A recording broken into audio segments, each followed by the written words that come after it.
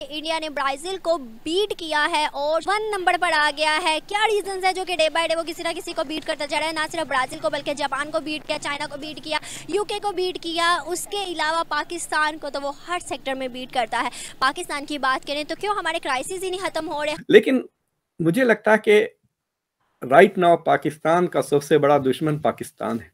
आपकी जो पॉलिटिक्स है वो आपका जो करंट मैच था ना जिम्बाब्वे से जिस तरह से आपने हारा है, बिल्कुल उसी तरह सियासत चल रही है, सेल्फ डिस्ट्रक्टिव, नो थिंकिंग। और वो उधर खान साहब नहीं रुक पा रहे। मतलब ये क्या होने जा रहा है यहाँ पे, कोई समझ नहीं आ रही।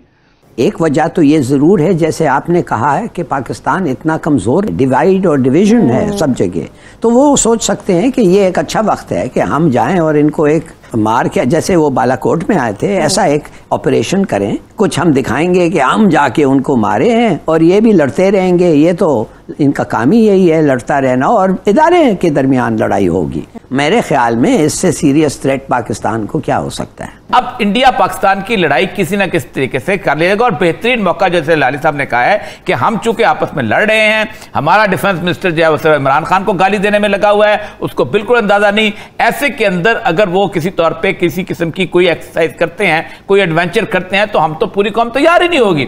हेलो दोस्तों, स्वागत है आप सभी का एपी ज्ञान चैनल पे। तो फ्रेंड्स, आइए देखते हैं पाकिस्तानी मीडिया की लेटेस्ट वीडियो। पाकिस्तान की करंट स्थिति को देख करके जो पाकिस्तान के अंदर अभी क्योस मचा है, और खास तौर से अब जबकि इमरान खान ने लॉन्ग मार्च का अनाउंस कर दिया है और इमरान खान की जो सेना है वह इस्लामाबाद की ओर बढ़ चली है, तो ऐसे में एक्सपेक्ट यह किया जा रहा है कि बहुत ही क्योस और मारकाट होने वाली है पाकिस्तान के अंदर, जिस पर पाकिस्तानी मीडिया घबराई तो है ही, साथ ही साथ ठीक इसी समय भारत की तरफ से श्री राजनाथ सिंह का बयान ने पाकिस्तानियों को तो पसीना ही छुड़ा दिया है और उनको लग रहा है कि शायद इंडिया पाकिस्तान पे हमला कर देगा। लेकिन ऐसा नहीं है। एनालिस्ट मान यह रहे हैं कि पाकिस्तान में ठीक बांग्लादेश वाला सिचुएशन बनने जा रहा है, जहां पे पाकिस्तान के अंदर और खास तौर से गिलगित बल्तिस्तान में जिस तरह से पाकिस्तानी इस्टेब्लिशमेंट और आर्मी के खिलाफ लोग उठ के खड़े हो रहे हैं, और अगर पाकिस्तानी आर्मी फिर से अगर बांग्लादेश वाला कांड दोहराती है, तो ऐसे में भारत तो छोड़े, दुनिया भी भारत से कहेगी और भारत का साथ देगी कि पाकिस्तान के जंगल से गिलगित बल्तिस्तान एरिया को छुड़ाया जाए। तो दोस्तों, आइए देखते हैं पाकिस्तानी मीडिया की लेटेस्ट वीडियो।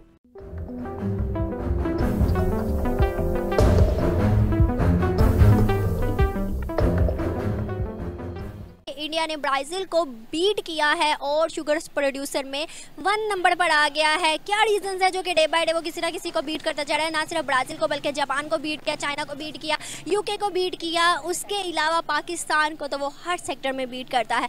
पाकिस्तान की बात करें तो क्यों हमारे क्राइसिस ही नहीं खत्म हो रहे। हिलाली साहब, सबसे पहले आपकी जानिब आऊंगी। मुल्क में जिस तरह की सूरत हाल चल रही है, सियासी तौर पर भी, मईशत के हवाले से भी, और जिस तरह से दारों को भी अंदरूनी मामलात में इन्वॉल्व किया जा रहा है, सब कुछ काफी मेस्ड अप लग रहा है। आप समझते हैं कि ऐसे में इस तरह की धमकियां ना, भारतीय वज़ीर दिफा राजनाथ सिंह ने एक बार फिर हर्जा सराई की है और आज़ाद कश्मीर बशमूल गिलगित बल्तिस्तान को भारत का हिस्सा बनाने का उन्होंने ये स्टेटमेंट, एक अहम बयान दिया है। तो हम संभाल पाएंगे हालात? ये देखिए, मेरे ख्याल में ये आम धमकी नहीं है, ये सीरियस धमकी है। एक वजह तो ये जरूर है, जैसे आपने कहा है कि पाकिस्तान इतना कमजोर, डिवाइड और डिवीजन है सब जगह, तो वो सोच सकते हैं कि ये एक अच्छा वक्त है कि हम जाएं और इनको एक मार के, जैसे वो बालाकोट में आए थे, ऐसा एक ऑपरेशन करें, कुछ हम दिखाएंगे कि हम जाके उनको मारे हैं और ये भी लड़ते रहेंगे। ये तो इनका काम ही यही है, लड़ता रहना, और इदारे के दरमियान लड़ाई होगी। तो एक लिहाज से ये हो सकता है, मगर देखिए, मैं तो समझता हूँ ये इससे भी ज्यादा सीरियस थ्रेट है। ये कहता है कि लिबरेशन ऑफ गिलगित बल्तिस्तान, ये तो होना ही है, कहता है। मेरे ख्याल में इससे सीरियस थ्रेट पाकिस्तान को क्या हो सकता है। अब ये कौन थ्रेट दे रहा है? ये वो लोग हैं जो समझते हैं कि हर मुसलमान जो मारते हैं एक सवाब मिलता है उनको। ये मुसलमानों से नफरत करते हैं, इनका स्ट्रेंथ है ये नफरत। और वो कैसे होगी? इन्होंने पूरा जाके पता नहीं कितने बिलियन डॉलर्स खर्चा है, रेनो फाइटर्स लिया है इन्होंने।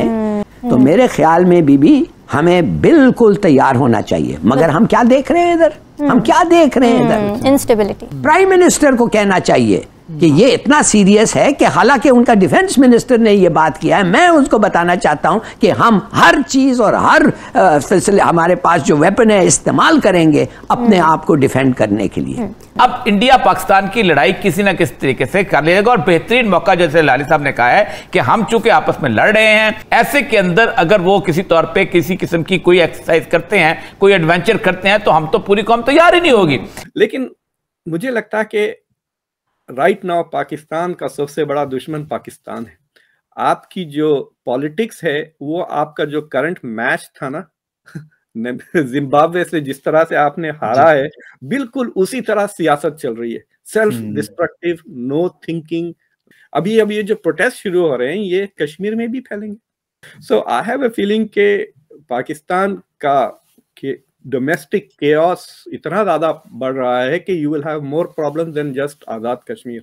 Okay, it is quite possible कि इस गवर्नमेंट में बाद ऐसे भी लोग हो सकते हैं जो कहते होंगे कि जिस तरह से पाकिस्तान ने इंडिया की कश्मीर में गड़बड़ की है पिछले 30-40 साल में, हमको तो कुछ प्लान बनाने की भी जरूरत नहीं है। उन्होंने जो जो यहाँ किया हम वो चीजें वहां कर सकते हैं। तो अगर आजाद कश्मीर में पाकिस्तान के खिलाफ प्रोटेस्ट इस हद तक बढ़ जाते हैं कि पाकिस्तान की मिलिट्री उसी तरह से जुल्म करने लग जाए गिलगित में जिस तरह उन्होंने बांग्लादेश में किया था 1970s में, पाकिस्तान की फौज फिर जुल्म करे पब्लिक पर, फिर ये इसकी सारी खबर दुनिया को मिले और दुनिया से डिमांड हो कि कुछ करे यूएन, तो यूएन कुछ नहीं करेगा तो फिर India will take unilateral action. तो India will have a legitimate reason और सारी दुनिया इंडिया के साथ रहेगी अगर इंडिया एक ह्यूमैनिटेरियन इंटरवेंशन करता है। और वो उधर खान साहब नहीं रुक पा रहे, इमरान खान आगे बढ़ रहे हैं। मतलब ये क्या होने जा रहा है यहाँ पे, कोई समझ नहीं आ रही। तो ये जो है ना उधर फॉग और इसमें मतलब आप कहते रहे कि इमरान खान साहब के बाद ब्लैक होल है, लेकिन मैं सिर्फ ये कह रहा हूं कि पाकिस्तान में अब अगर ये सिस्टम हुकूमत नहीं जाएगी, सिस्टम चला जाएगा, इस बात का खदशा है। और सिस्टम जब जाएगा तो जाता हुआ नजर आएगा। और ये पूरी इस वक्त जो आप देखें ना, ये क्यास एनार्की क्या होगा, कैसे होगा, क्या हो, ये इसमें इस फेज में गुजर रहे हैं। सर अब ये बता दें कि खदशात क्या है आपको, चूंकि पीटीआई जो हम बात पहले भी यहाँ पे डिस्कस कर रहे थे कि पुरअमन मार्च की बात कर रहे हैं, खान साहब भी कि पुरअमन मार्च होगा, कोई तोड़फोड़ नहीं होगी, हंगामा आराई नहीं होगी, लेकिन जाहिर जब हजूम निकलता है तो फिर किसी के कंट्रोल में नहीं रहता, फिर आप हालात की गारंटी नहीं दे सकते कि पुरअमन ही होगा। कोई खदशा या खतरात है कि इस्लामाबाद पहुंच के खान साहब जो है वो टोन चेंज कर ले, नहीं जी अब तो मैं आगे बढ़ूंगा और हम अपनी बात मनवा के उठेंगे यहाँ से? इस वक्त आज बैठ के तो आप भी एग्री करेंगे कि कोई भी ये प्रेडिक्ट नहीं कर सकता what will be the outcome in the next 4-5-6 days इस लॉन्ग मार्च का। देखे ना, ये इंफॉर्मेशन ऑफ लॉन्ग मार्च जो है सारी दुनिया में जा रही है और इससे कोई पॉलिटिकल स्टेबिलिटी नहीं आती, ना इकोनॉमिक